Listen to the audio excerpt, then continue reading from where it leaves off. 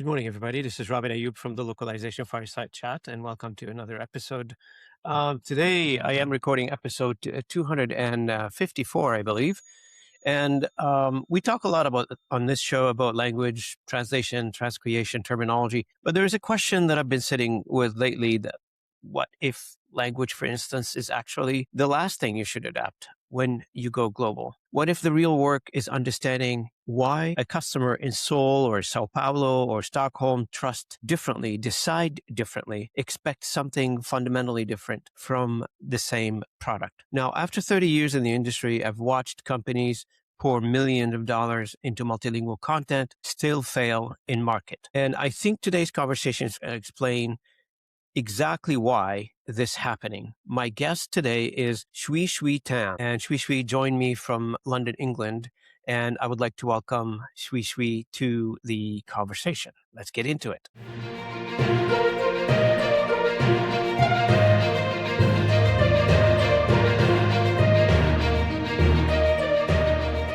So today we are going to be talking about a few things.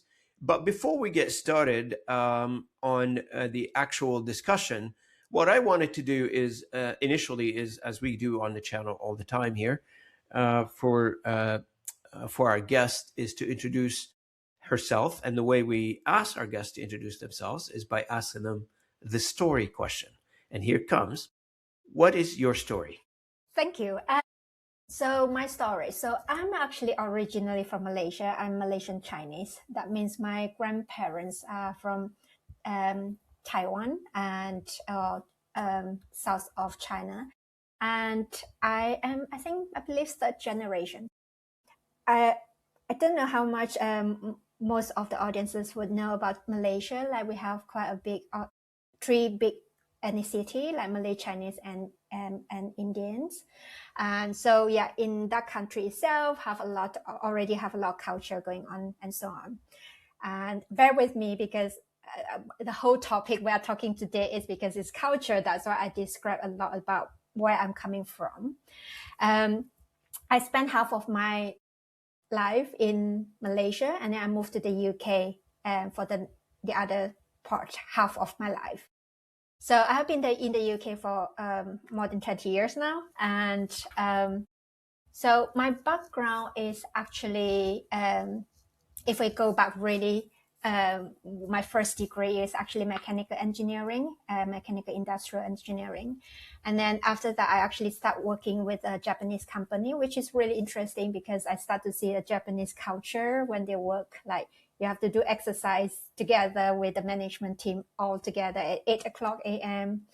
And then you don't leave until your boss leave so that you can show you are working hard and things like that.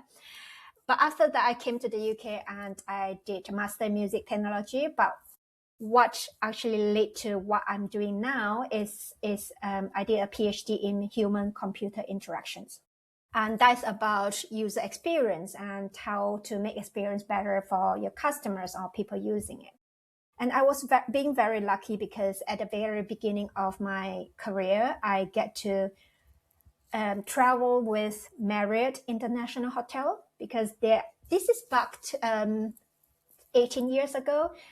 It's one of the very few companies at that time who actually recognize that the experience people are looking for might be different from country to country. So we start to work together. I travel with them to China, to Japan, to Mexico, Qatar, and every places to understand how people go about booking holidays, booking hotels, and so on. So that becomes what I'm doing now, focusing very much on culturalizations. So that's a sum up of who I am and my short stories. This is phenomenal because for the audience,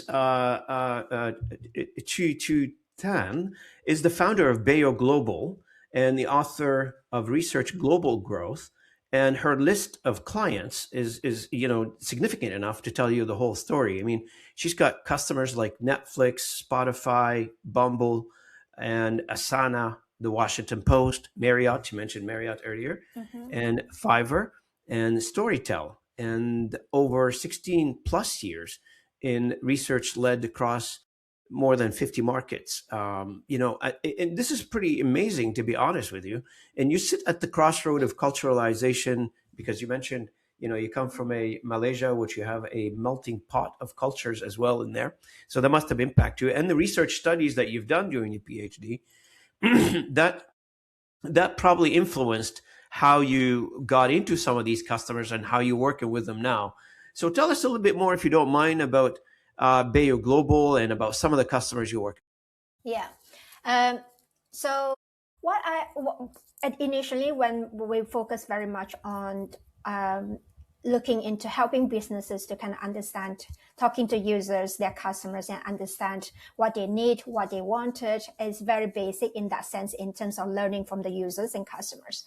But throughout the last 10 years, I actually focusing even more on not just looking at what people want and what people like, but also the ecosystem they are in. For example, if you are talking about one country or one market, you think about their political issues or their economy or their infrastructure. Sometimes I go even as far as understanding their history of the country, because those are actually very important in shaping what people value and how people behave and so on, and what people need for a product. So when a customer's company comes to me, they always sometimes saying, oh, we want to go to another market, or we want to grow in one market.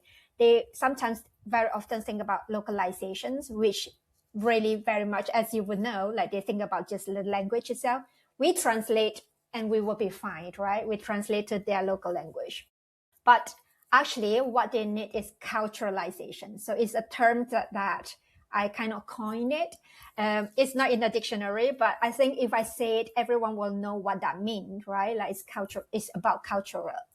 So for me, like localization and translation, very much people will talk about the words.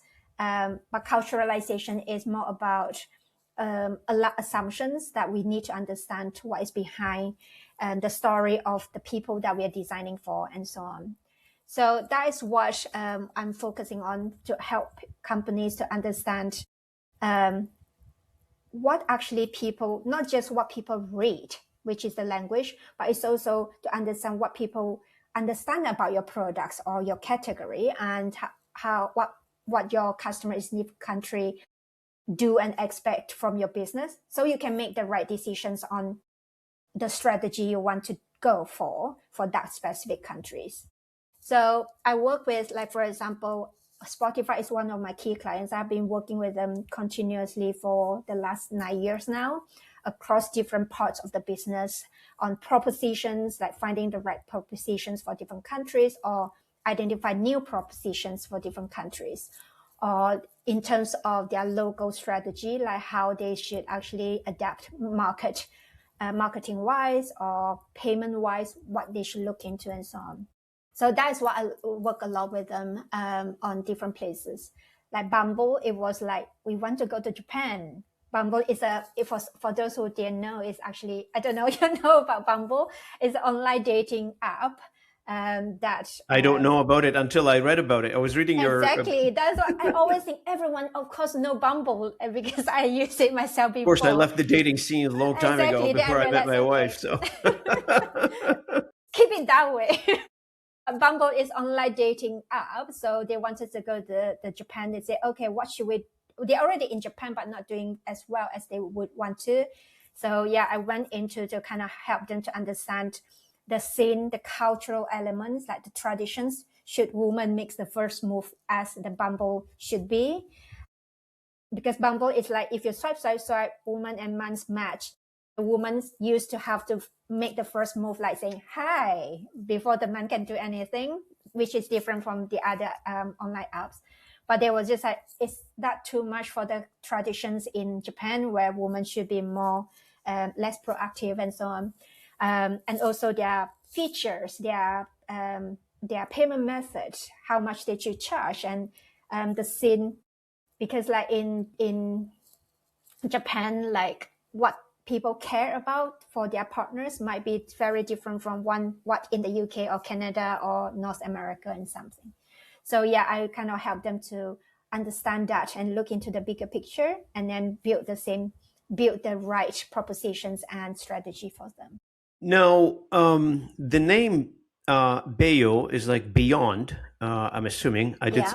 I did some translation on that one, and so what does beyond mean to you in practice? Is beyond what exactly, what exactly, and how did the philosophy shape what you offer to your customer? Yeah, that is really great. No one ever. I thought you actually might have seen my website that mentioned that, but no one ever have actually made that link. But actually, that is exactly how I came up with the name because I thought beyond is too like out there. Like I want to be like a bit shorter. So for me at that time, beyond is beyond what people thinking about a culture or what they understand about a community, a society, and so on. So for me, it's like going beyond that assumptions that you know about a place and so on. And the other thing is because Mandarin and Taiwanese are both my first language, and in Mandarin, Beyō is not exactly that, but it sounds Beyō, sounds like preparations, and in preparation, equipped with.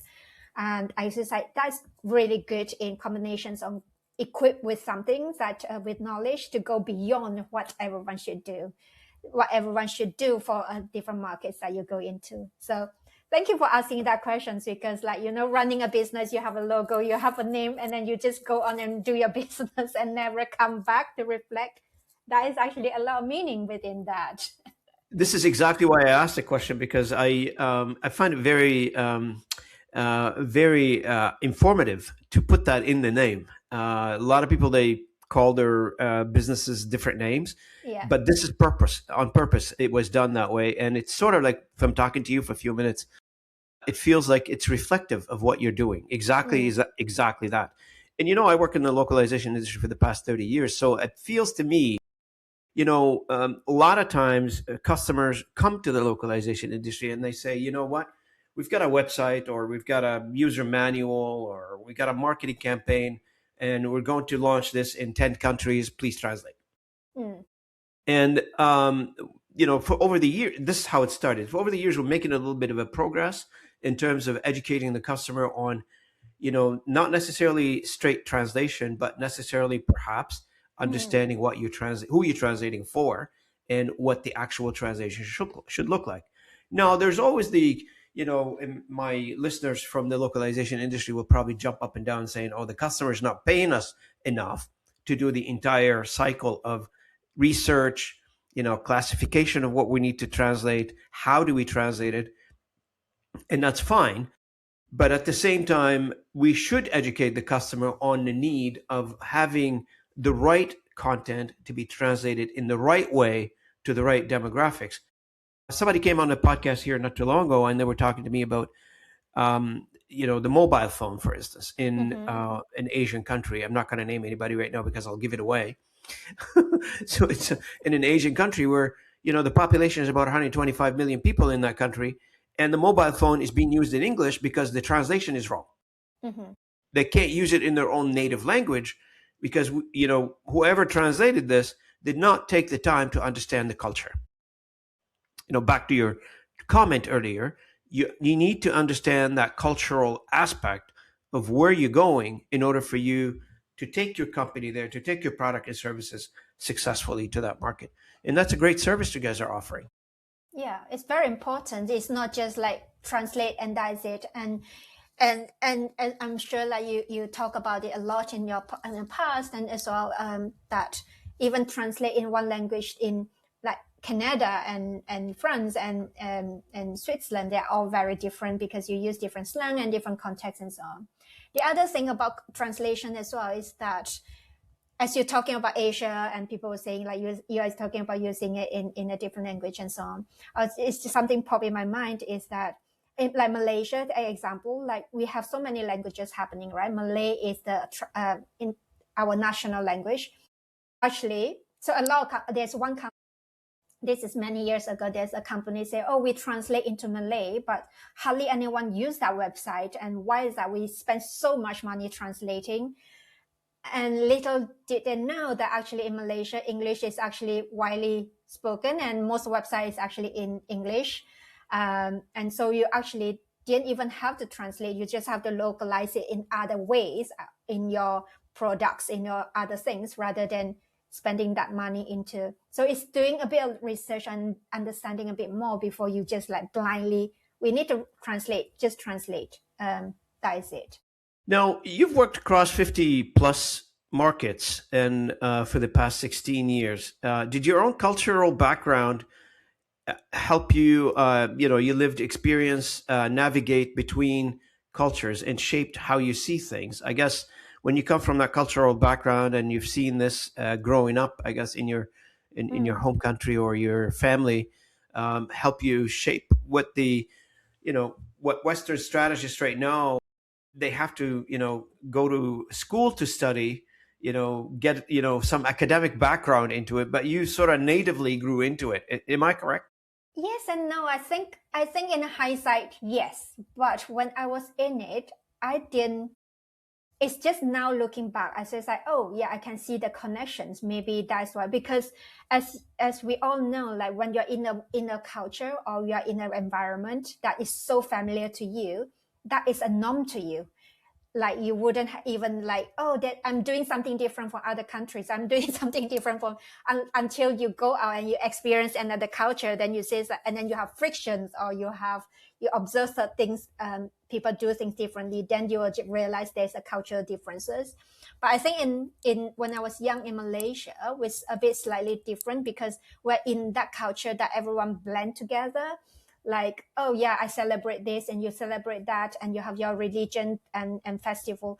Oh, you have fasting, then we all like respect that. Or when communication slightly different, so we just absorb that and just get used to it. So I think when I was young, I probably didn't realize that is happening until I come to the UK. Of course, as you can imagine, there's so many different not frictions, but so many things that are different. Like I'm now quite British in my way to say things like, oh, that's interesting. And then it's like, oh, that's not good.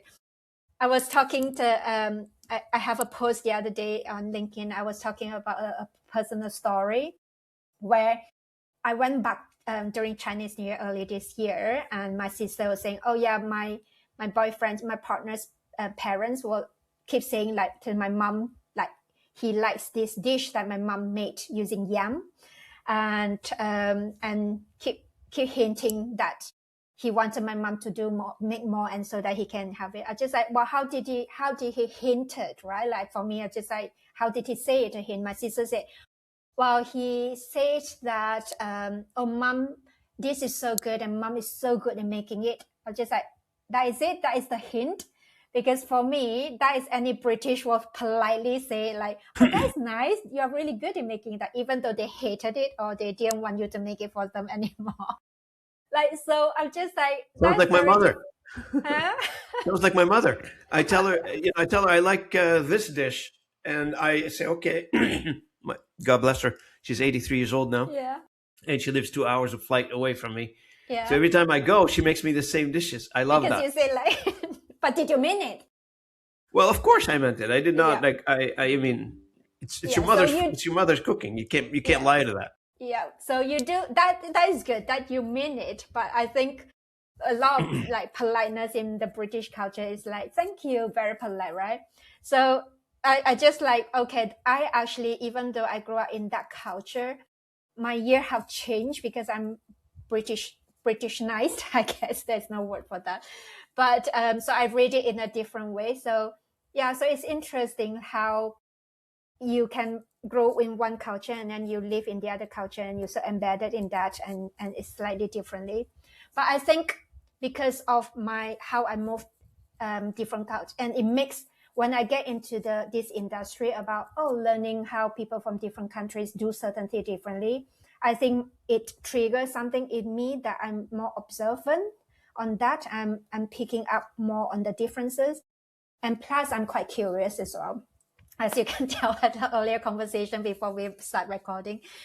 So I'm quite curious. So I always were like, oh, why do they say this? But I wouldn't have thought in that way. So I start to say, I can see why they say that way. And then I go and research even more, like, their culture, their history actually shape who they are and why they are. And that's why they say things in this way, but not in that way, and so on.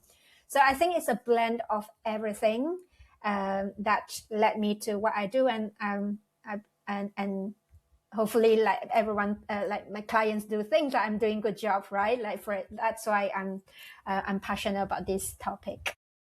Now, for the audience, our guest Chui authored a book called "Research for Global Growth." Mm-hmm. And I'm going to ask a question around. Can you walk us through the core research methodology you've built? Specifically, what does it reveal that a standard, perhaps market research a company or in-country agency brief tends to miss? Mm.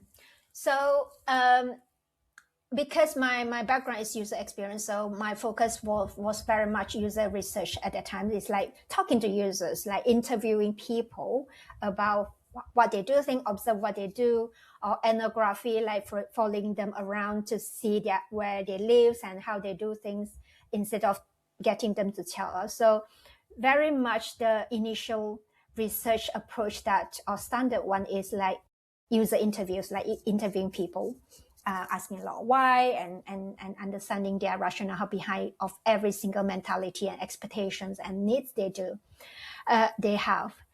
But actually it's now become even for me, the research in understanding different culture and different markets is bigger than that, because people as human, you don't always know why you behave a certain way, because this is what I do, this is what we do here. Like, why do you ask me why?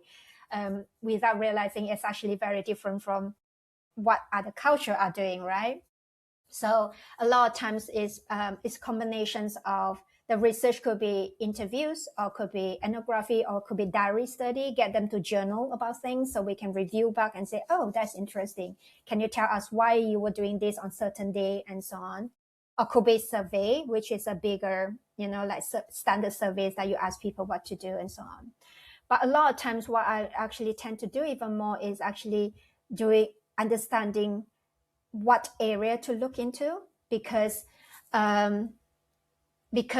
it's for different category of products or industry, the things that you need to look into in certain markets could be different. So take examples like a few years ago, I was in Japan for two clients. One is Spotify and one for Asana. Asana is a work management tool, right? That was my next question. Okay, I save it the next question. So the two, like I was there for a few weeks, and some of the weeks is for Spotify to understand the users, and then the second part of the weeks was with Asana. But the things that even though it's the same culture, Japan, even though it's the same culture, but the things that we're looking into is very different.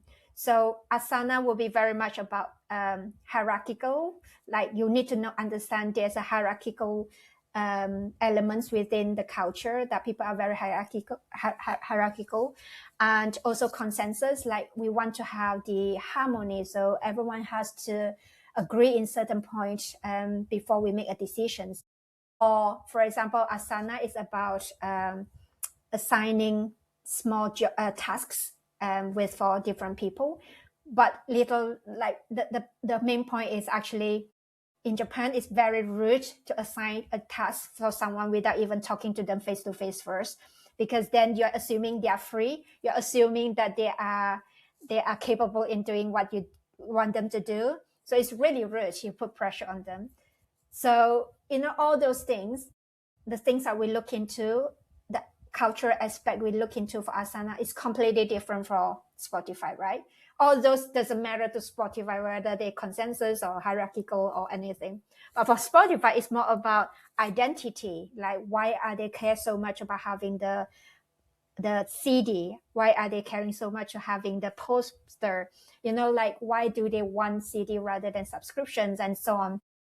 And how they actually want to view themselves like karaoke. They want to practice music before they go karaoke with friends because they don't embarrass everyone. And like the cultural aspect is very different from category to category, even within the same culture. So that's why actually I created a 27 cultural dimension to say the things that you could look into, like you want to look into the physical, the digital infrastructure of a countries, because that might influence how they behave. Like in South Korea, their technology and infrastructure for Wi-Fi is so advanced, so quick, available everywhere, fast internet. So download is not important to them at all. So if you have a subscription, say, oh, you subscribe, then you get to download. That is not enticing to them because they don't need to download anything. They can access internet anywhere they wanted. So there are different aspects that you need to look into. Like, for example, religion is something you want to think about before you go into a market. For example, in Saudi Arabia, when Ramadan happening, the fasting period happening, like people would tend to not listen to music, not watching any videos or anything, or movies, because they just want to study Quran or listen to Quran and so on. So at that point, then what does that mean to your product? You might want to have a pause feature so that in that month they don't have to cancel it because they're not using it. They just pause it for 1 month, automatically come back. So these are a different aspect you should look into for that is relevant to your product and your category, and then you can make decisions on that. And we have a lot of examples of things that went wrong, right? And I'm sure you know them, where companies they took a product manufactured or service in a region A or country A, and they tried to take it global, uh, and it didn't go anywhere. I mean, there are a few examples of those. Plus, a lot of times, what people do is, I'm thinking about one particular company. It's a large coffee company. Everybody drinks it around the world. It's I based in think I know which Seattle. I one you don't know. meant. I don't know. I'm not going to name any further than that. I just gave you a bit of a precision on it. But at the same time, these guys, they have stores around the world, and and I interviewed somebody from Australia on my channel. You've seen the one with Cynthia Deering, Mm-hmm. and she gave the example of how they launched I think about 180 stores in Australia, and they Mm-hmm. ended up closing them or closing the Mm-hmm. majority of them Mm-hmm. because coffee is maybe interesting in the way it was brewed, served in North America, but for the Australians, maybe it's not something that they would look into because that's not how they drink coffee. So, it, and the minimal investment that is required to do the research, upfront versus, reverse engineer all this after you deploy, after you go out to the market, it baffles my mind. Like, spend a little bit of money at the front end, do your research correctly, do the step correctly. That's better than you deploy, you rush to market, and then you come back and say, oops, it didn't work. It just doesn't matter. What I mean? It's afterthought. Yeah, but I know it makes sense to us, right? Like, but there's so many companies are doing this mistake. I think it's rather like, oh, we know. I think there are a few layers into that. One is like it's a lot of time is from the management, right? Like, because that is the decision they're going to make, just launch or be doing a bit of money, or we want to invest in something.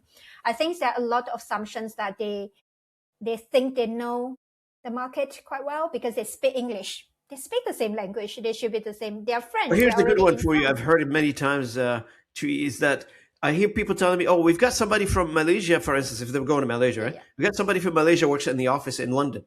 Oh, that mean They you knew should the know. culture, like the whole culture now it's encapsulated in one individual that works in your office? Good for you.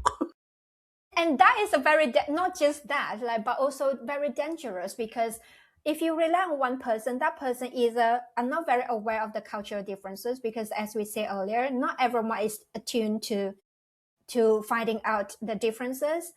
And secondly, it's very subjective view. It's their view of what the people around them, around that person do. It's assumptions that, yeah, we all do that there, but is that true, or is that just the segment that he's in or she's in that do that? So yeah, for a high risks initiatives like launching a new market to rely on one particular market is very different. And sometimes they also say, oh, we have salesperson in the locals, because it's very often businesses don't have a big team in different locations, but just have a sales representatives. And they will rely on that sales representative to tell them what they want or what they needed and so on. There was one company that I was talking to that they were saying about, oh, there are those kind, a bit like those kind of kids luggage where they have different shapes, but the kids can sit on the top. Again, not naming names, but I think there are a few brands on that as well. I remember talking to one of their growth team as well. Just, our salespeople in Japan keep saying we need 4 wheels rather than 2 wheels, because that's how kids are doing, and they need it to be. But just like, and then he says like, it's not going to sell because kids don't want to seem like they're playing, because those is quite fun, right? Like you can sit on it, you can play on it in the airport. And the salespeople were saying in Japan were saying like, oh no, Japan kids is actually want to be seen very good kids, obedient, so not running around in the airport and so on. So we can't do much about that market. There's no product market fit. I was just like, how about you change the story? Because in Japan, the kids are very disciplined. They do their own thing. They wash their dishes in the school. Even they're 3, 4, 5. They go to school by themselves in the morning. And so there's a lot of discipline. How about you talk about it is you own your own luggage, and you can actually pack your things by yourself. And this is your luggage that you actually can carry. And so you turn that story in a slightly different to fit into that market. So there's a product market fit. It's not like a lot of companies saying like, we don't have product market fit in that country, we should just leave that market. I think it's an assumptions market fit that market assumptions fit that actually a lot of companies did it wrong. They make a lot of assumptions about how people should behave, how should people will use their product and so on, and just miss that completely and not doing that. Do you find, Chui, that the manufacturers nowadays are more interested, because they weren't before? I mean, years ago, they would just say, okay, you can't adapt to my product, don't buy it. I think there's a little bit more pressure now on a service company, product company, software company to adapt to local markets if they want to go global. Like one version, let's assume this way, like one version of your product is not sufficient anymore to accommodate everybody around the globe anymore. You have to create, I guess, a modification of your product to fit certain markets if that's of interest to you. Am I correct? Yeah, I completely agree. I think they can't afford not to do that anymore, right? Like they like, well, first of all is like, if you want to grow outside your home market, you need to explore somewhere else. Your home is not enough anymore for your growth. Secondly, like it or not, your product even in your home market are going to be used by people from different culture. They are living, and even you don't launch in there, they might start using it whether they are in the market or outside the market as well. Even China, they are for such a long time, they were so embedded in their own market, because they don't need to go outside because their population is big enough to cover their growth and so on. So when I started doing international research and helping companies on that, I got a lot of work for international company outside China to want to go China, say, help us to understand Chinese market and so on. I rarely get the other way around. But these few years, a lot is the other way around. Chinese company wants to come up from China, and so that they can start looking into the Southeast Asia market or even Europe and so on. Because if you want to grow, you have to grow bigger than where you are at now. And also, I kind of see this whole localization, culturalizations in, maybe we have been going through 4 era. The first era, this is many years ago. Also can tell my age, so how long I've been working on all my age and so on. It's like we've gone through a period where nothing needs to be localized. If you want to use my product, just use it as how we launch it, right? And they grow, there's fine. People are not picky about that. And then we gone through an era where 90s, where people start to translate, that they translate the language and do the bare minimum. And that is good enough. They might do a bit of like dates, formatting changes, and all those kind of different tiny little things, or currency changes and so on. And that was good enough at that time. And then the third era will be, yeah, we do a bit more than that. We will change payment method. We change social media so that we adapt a bit more on that. But now we are going through the process. If you only do all those that you just gone through, then you're actually behind. People are not going to use your product because it doesn't fit into their culture. So now we are going through this period, like you say, not just digital, not just manufacturing, everyone like fintech, edtech, health tech, every single one company actually have to be doing more than just language, more than just the changing payment method and so on, but actually finding way on your propositions, your positioning, your product features, your marketing. Everyone everything. Even the pricing in a lot of cases too, right? Pricing, Because of course, if you can afford $50 a month in Canada or the US, maybe some other countries, $50 is like a month's salary. How are you going to sell your product? You need to fit into the market and so on. So yeah, market fit in some countries has to be lower. There are every single elements that you can think of touch on. If your products then will be, IKEA was a good example that I actually quite like using each time, because before they go to India, they did a very big research. They go to thousands of houses in India to understand how people live, how people functions as a community and so on. So it has been very successful. They did that because they failed in other markets before without doing much. And they know India is very hard to break. But if they break it, it's great. So they did that. And what they changed their products, like on what are the things that is needed. The bed, because a lot of kids are actually sleeping with their parents until they are quite old in India. So they have beds for parents and the kids. The cabinets they're selling, because they sometimes wash with water on the floors. So all the kitchen cabinet has to have gaps at the bottom for the water to go through. So they change it in the products. They change it on the operation side, like working with the locals, use the wood that actually can fit into that humid environment that India is. But also their cafe, they don't have the IKEA famous Swedish meatball. They have that, but not only that, they have samosas or vegetarian meatball and so on, because there are a lot of vegetarian and in India. So they actually do in touch points on their showrooms, because Asians or Indians populations are a bit shorter, women especially. So they make the showrooms counter a lot lower so that it fits into. So you can see they touch on every single point. It's the same if you're digital. It should be touched on every single point, like you say. Correct.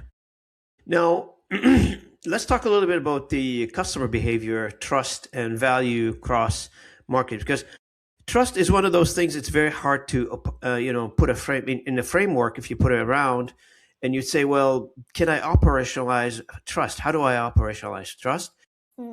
Is there a concrete example in your engagements where you're created this whole trust framework from customer, from a customer behavior, value, trust, and product expectation to a lot of examples, to a lot of extent? Is there a way to operationalize trust, in your opinion? Is that a way to operations trust? Yeah, in some ways you could. Trust, if we step back and say, like, what is trust? If we pick trust, but it's because trust is a funny one, because it's probably one of the most common things that I have seen over the 17, 18 years when doing research and also understand different markets for different clients, because you can say actually the trust in some way, trust could mean a lot of things on different countries, right? Like it could be trust means like, I don't trust this product because I never have heard about this brand before. Or it could be, then that is awareness issues, right? That you need to fix. But it also could be like, the trust issues could be, I actually don't want to put my credit cards on the apps or any website because I have a trust issues on the how payments and scams are happening in our countries a lot. Like in Kenya, we heard that a lot as well. Like, oh, I'm very careful about which website to use or where I put my account and so on. Or it could be like the trust is that I don't trust it's easy for me to cancel a subscriptions. I don't trust it, so I don't want to do it and so on. So or it could be privacy or anything else. So there are a lot of different levels on trust on that instance.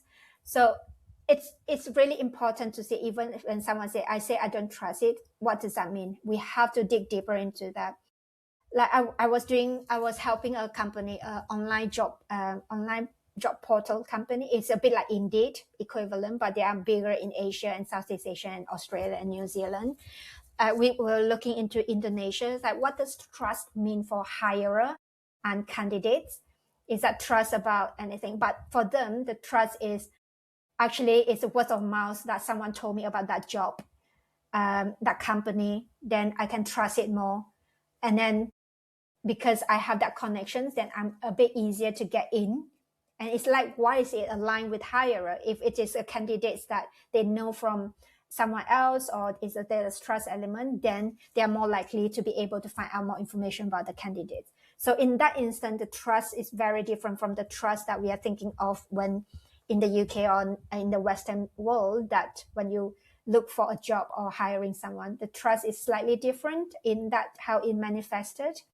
So in some way you can operationalize it, but in some way it's like, yes, it's depending on your category. Again, like any aspect, you just need to look into, when people say trust, what does that mean? Can we break it down? Can we look into it in the different angles on what they are and so on?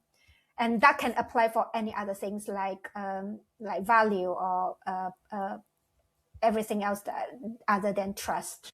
No, there are a few things that companies probably, I think they're blind to it, systematically blind to it. And out of the four pillars that you built the framework on, which my understanding is customer behavior, value, trust, and product expectation, where do you think most systematically companies are ignoring out of the four pillars? I think, and why do you think they do that? Is it out of cost? Is it out of ignorance and lack of understanding? I think it's the lack of I don't want to say ignorant, because ignorance seems like we don't care, but in some way it's like we say, like we know enough to go into it. So, and that touch on cost, that could be touch on timing. The assumptions that we know, basically, right? Yeah, it's always we know it all. It's like always know it all, but a lot of times it's like we know enough. I'm sure that this work in this market, that should work in that market because I've been to that country before. I've been a few times, and yeah, I went on vacation with my kids. And I bought a beer and went to a local restaurant, so I understand the whole culture now. I was drunk, but I know the whole culture. Yeah, that is a lot of times. It's kind of unfortunately is a lot of assumptions that carry forward, or sometimes it's good. Sometimes as you go higher in a position, you need to make decision quick, and you need to say, I'm taking that risk. I'm going to make decision based on what I know, and that's fine. But it's kind of like what level of risk that you are actually looking into, right? If you go in wrong, like you say in hindsight, oh no, it's wrong. We need to back up and see how we recover. That sometimes might be too late.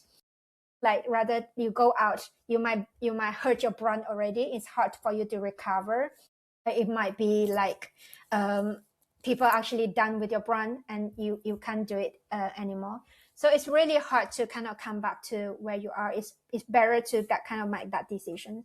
Talking about like making assumptions as well. Like a lot of times I have a framework where a workshop that I do, like it's called 4 bucket, but it's more assumptions and versus truth. It's that first bucket is the fact that we know is correct. So everyone who say I know this is because I have facts to back it out. I have numbers and statistics to back it up. Then sure, you can make decision based on what you have in that fact bucket, because it's the truth about that culture. And then you have the strong hypothesis bucket, where you actually know enough and you're quite strong enough, but you are not completely sure yet it's a fact. So you probably want to find out, do a bit more validations to make it into fact. And then you have third one is weak hypothesis. So weak hypothesis is like, I think when I'm drunk, I saw that thing, but it might be true, it might not true. We need to do a bit more research on that. Weak hypothesis. And then the last one would be like unknown bucket, right? So we don't actually know really how people navigate in that area or how to trust. So I do use this as a workshop a lot and get high level management to come and say, put it in this market, like we're talking about, what do you know and where do you put in? And a lot of them I did this once with a company and they put in remotely, they put a lot in the fact bucket because I know it, right? I know it, I'm sure it's like that. And then I start to go through one by one, say, let's go through each of them, who put this and tell us, how do you know this is fact? Do you have something to back up? And then as I going through one with someone, I can see the post-it start to move from fact to strong hypothesis or weak hypothesis because they start to realize that I don't have anything to back it up. Maybe it's a hypothesis assumptions. So sometimes challenging them in that way actually help them to see what is the gap that we didn't know already that we need to know. Okay, sure. Then to get the answer, let's do a bit of research in understanding that. My initial reaction to when people come in and say, I want to understand the market, is the timing. It's all in the timing. And they tend to do this, most part, not everybody, toward the end, like you're commercializing now, like you're pushing the product out. And as you mentioned earlier, like there are some companies they need to alter the entire product. So that conversation needs to take place at the beginning of the product development, not at the end when you're trying to market the product to the market, because you may have to go back to the drawing board. It's like building a house and say, okay, I'm going to put, a family of 10 in it, but meanwhile you designed it for 2. So what do you do now? You got to go back and redesign the house or build a brand new house. So do you find consultation or advice to your customers has to do a little bit with timing? And do you tell them to encourage them, I guess, to have a conversation with you before they actually think about going to market? Yeah, it's very fair point. Like a lot of time, it's the examples that you gave is really, really accurate. Like for example, I once encountered a company where they are health related, but more for pregnancy related, like support pregnancy from few months before you get pregnant until you after a year after you deliver the baby and so on. They started as it was a startup backed by a lot of investors, but they knew that eventually they want to go international because all investors are from different countries. They want to go into their market and so on. But they started with the UK and they did research. It's like, oh, we're going to spend a lot of money understanding the market and so on. So they did a research in the UK and they have very good insights to help them to define their propositions, how they want to build their product and so on. But I had to stop them to say, hang on, everything you find is very NHS focused, very British focused in how British medical systems support the pregnant parents and, and so on. If you build it just as it is now and then you want to launch in other countries, South America or even Russia or wherever that you wanted to be in at that time, it's not going to work. And the vocabulary that you're going to use and the diet you're going to advise them, there are a lot of traditional advice that their parents are giving them, and that is contradict to the medical. And how do you going to do that? So they didn't listen, so they kind of launch it. So what happened when they start to want to launch in the market? They have to rebuild everything. They have to, because the proposition is completely wrong. The technology that they built is so focused on a spec in the UK market. They have to redo everything. Redo everything. So, yeah. No, I don't want to. I hate to bring this up, but the audience, you probably heard me say this one or two times before. But when General Motors designed a car called Nova, Nova, and tried to sell it in Mexico, it didn't sell that well. They missed the idea that Nova meaning no go in Mexico. So you wouldn't want to buy a car that goes nowhere. So far, this product, I guess it was marketed differently, the wrong way to a market. You probably did not want to expect that from anybody else. So now, that was, I think that was years and years ago. That's in the Mm. 80s. We've gone a long way since then. The world is a lot more connected. We're doing research. We're able to find information, right? So, and now, for the localization professionals that they're listening to this conversation, Shui, that they're saying, okay, so we're translating. So should we expand our translation offering to what Shui and Robin are talking about? Or should we just concentrate on doing the translation and let somebody like Beyō Global do the rest of the work? What do you think? How about collaborations? Right? Because what I think is depending on the setup of their company, right? Like it's because it's slightly different beast. There are overlap between like a lot of localization company who care a lot more about Do the you language. use localization services in your work? I don't do translations. But I I know, but I advise. mean, if you're working with a customer that Mm, and you saw, okay, well, your materials are not. Let's start with this one. You need to mhm. put it into another language. Do you recommend translation services? Do you work with? I work with them. I will work with them. Like I will recommend if I know anywhere like in a specific market that is reliable, and then as a partner, just like I will recommend like the any partners that actually could offer whatever I don't offer, but I know do a good job. But if not, a lot of company actually have their own translations company or localization company, that I will work very closely with them, because you have to actually provide those kind of insights to localization team to work together. And some localization team like you have come across, they you probably will agree they have different layers or different layers of knowledge. Some companies might have, or some teams might have a better understanding on different culture or specific culture. They will able to provide a bit more information. Some culture they might have no idea at all where to start. So a lot of times I actually collaborate with the localization company to say, okay, can we work in this way, or this is a culture insights. How do you run it? I worked with localization team in Google once as a workshop to help them to look further than localizations in terms of language, but it's like what kind of information you need to know or insights you need to know about a culture. So to help you to do your localizations job or tasks even better. So there are a lot of crossover, but also complement insights and knowledge that actually work very close together. That's why actually talking to in your podcast is actually really useful, because it's kind of like opening another area of relevancy.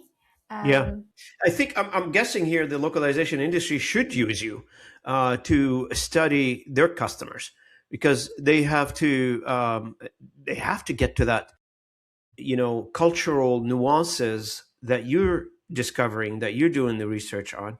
We talk a lot about on the localization industry about cultural nuances. That's a mm, differentiator, specifically now in the age of AI, where direct translation is pretty much gone. I mean, AI has taken that over, but the nuances, the cultural awareness, the direct correlation between how people think of you as a company or as a business when you come to their market, and how their cultures connect to that product. It's really in depth now. Now, this is not nothing that we can actually put it into a mathematical formula and feed it to a large language model, and then it comes out all translated on the other side. mm. It's way beyond that. In your current work right now, you use what you call AI enabled decision making for global growth. What are you using AI for? If you don't mind expanding on that idea of using AI in your work. There are a lot of different layers to that, right? Is this area is about research, right? Research people were saying, okay, you can do research. There are a lot of AI moderated platform that say, oh, we can help you to moderate in different languages in a second. When you're sleeping, we can do 10 countries in one go. There's no time zone differences. I have been working with a company supporting and helping them to build the insights and data capabilities for their different markets. One of the things we look into is say, can we use AI to help to speed up a bit more, streamline a bit more on their research capabilities, so that they can talk to their users a bit more and faster turnaround and so on. So we do look into the AI moderation tools on that. But saying that we run pilot tests on different platforms to choose one of them that is good, they are still lacking of the nuances. This is what I'm worried about. They can provide you with insights, but there are a lot of nuances that they might miss. For example, is like if someone say that's interesting, is that means that interesting as you are interested, or a politeness of Britishness saying that's interesting, meaning, oh, that's, I'm not sure about it. That is what I used interesting in a lot of my context in my conversation, talking to people. If people say, oh, how is that movie? I'll just like, interesting, because I'm not sure. So those kind of things, if AI is transcribing, they say it's interesting, they will say, oh, that is positive, So there's a lot of different culture nuances that AI might not be able to come up with. And then there's an article in The Economist recently that published. There are a few layers that I want to talk about. I love that bit, that where they use. They were talking about if you can ask a lot of facts questions with AI, ChatGPT or Claude or whatever, they always come back with an answer, and that is fine. That is fact. But then imagine you ask them about your that you're having troubles with your in-laws. They did the research. ChatGPT tell you not to worry about winning them over. Keep a respectful distance and don't justify every single to them. But DeepSeek from China will say like, oh, you probably want to seek for compromise because interference from your mother-in-laws or in-laws maybe is actually from a genuine concern, or they just care about you. That is how Asians show their love. And then they use Mistral, which is the French AI. And they say like, oh, conflict with your in-laws can be draining. Maybe you want to try to journal about your feelings, your frustrations. So you can see even AI itself have cultural standpoints. So it's a very good example. I love that. I love that. Exactly. I was just like, this is great. This is from the Economist article. I just like, this is so on point. Because I always say I have an accent, right? I have I'm not really Malaysian, not really British accent. And I always say for years that your product have accent as well.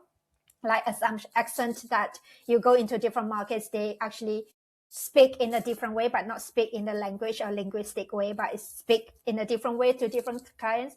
But now AI also have accent, because that is depending on where you go and who you ask, they have a very different things. So I think AI is useful, but in the cultural aspect wise, it's still long way to go. I don't know how fast we're going to get there, but still a lot of nuances that it's not capturing.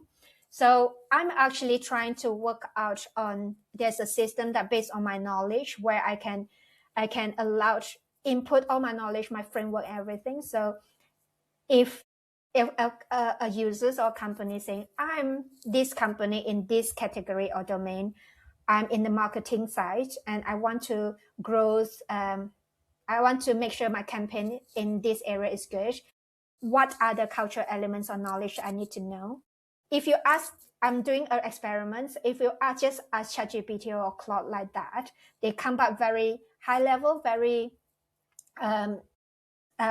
superficial or stereotyping, because they don't know what to look into, what to challenge. So I'm using my knowledge and everything to challenge the system. So when it comes back, it's actually a bit more founded and more solid. But yeah, I'll let you know when that is ready. It will be good for your Yeah, I would love to do another podcast on this one, Chui. Exactly. I will reach out and let you know. I'd love that. Sorry, we're coming up to an end of a conversation here. I'm enjoying this conversation so much. I can talk to you for another day if I have the time, and you have the time. And I know it's late in London and it's Friday afternoon. One of my questions for you: if somebody is listening to this conversation right now, let's pretend that they are a localization manager or a global product lead or a CEO of any sort, and they want to push into 3 markets. And I want to probably take one thing out of this conversation to act on this week or next week. What should that one thing that they should take away from this conversation be? Challenge your assumption. I would Challenge say, assumption. I love yeah, that. Yeah, I because love that. that is because once you have that research, like, okay, then what should we do then? It doesn't always have to be research, or it could be actually getting someone some insight in some way, so on, but not to make assumptions that your assumption is correct, um, and go and challenge yourself on that. I think that is the very the quickest answer for that right. Absolutely. Like you think about like businesses always have operation risk, legal risks and regulation risk. They never thought about cultural risks. So here you Yeah, go. there you go. Add one more risk paradigm. Um, where can people find you, Shui, and read the book that you've authored, or perhaps reach out for if they want to work with Beyō Global? Where can they find you, read the book, etc.?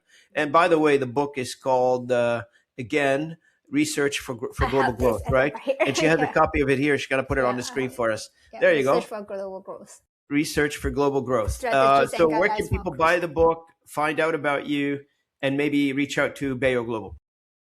So I'm most active on LinkedIn. So you can find Chui Chui Tan, which I believe I can only find another person with the same name. So you should be fine. You should be able to find me. My website is Beyō, BEYO.global. And I also have a YouTube channel, which I actually went through up and down, like posting a lot and then not posting as much. But I'm most active on LinkedIn, and that's where I appear posting things, and reach out to me via DM saying, "Oh, I heard about you from Localization Fireside Chat and would like to connect or ask questions, or follow me on LinkedIn." Absolutely. And I want to thank you so much for this particular conversation. It was such an interesting conversation. You're such a pleasant person to talk to. I really genuinely enjoyed having a conversation with you. You are welcome back to the channel, Shui Shui, anytime you want. Do you know my booking link? If you have a Yeah, news you want to share with people, or you just want to have a conversation with me that you want to share with others and record it and have a coffee together, happy to do that anytime you're ready. I will do that. Thank you so much, Robin, for having me. It's a great pleasure to be here. And I hope we covered everything you want to cover. If there's anything you'd like to add, please feel free. Yep, we can. No, we're good. We cover a lot, I think. But yeah, look forward to another sessions soon. Absolutely. And for the audience, I want to thank you so much for joining us. This is pretty interesting conversation. I hope you enjoyed it as much as I did. And if you are coming on our YouTube channel, thanks for watching us. If you're coming on the audio channels, thanks for listening in. And thanks for intimately listening in. I hear you guys put your earbuds and you take us with you to the gym. Enjoy your workout while you listen to my voice and Chui Chui Tan here when we post this podcast. Enjoy the workout. And also, just a reminder, I summarize all these conversation in a blog post where you can actually do the research on, what has been talked about in the past. I think we got almost 300 blogs post out there right now. It's robinayub.blog. Look it up and subscribe if you want to. And until next time, thank you so much. Appreciate it. It's Friday, July 17. It's pretty hot where I am right now. Hopefully it's sunny where you are. And I'll see you at the next episode. Thanks so much.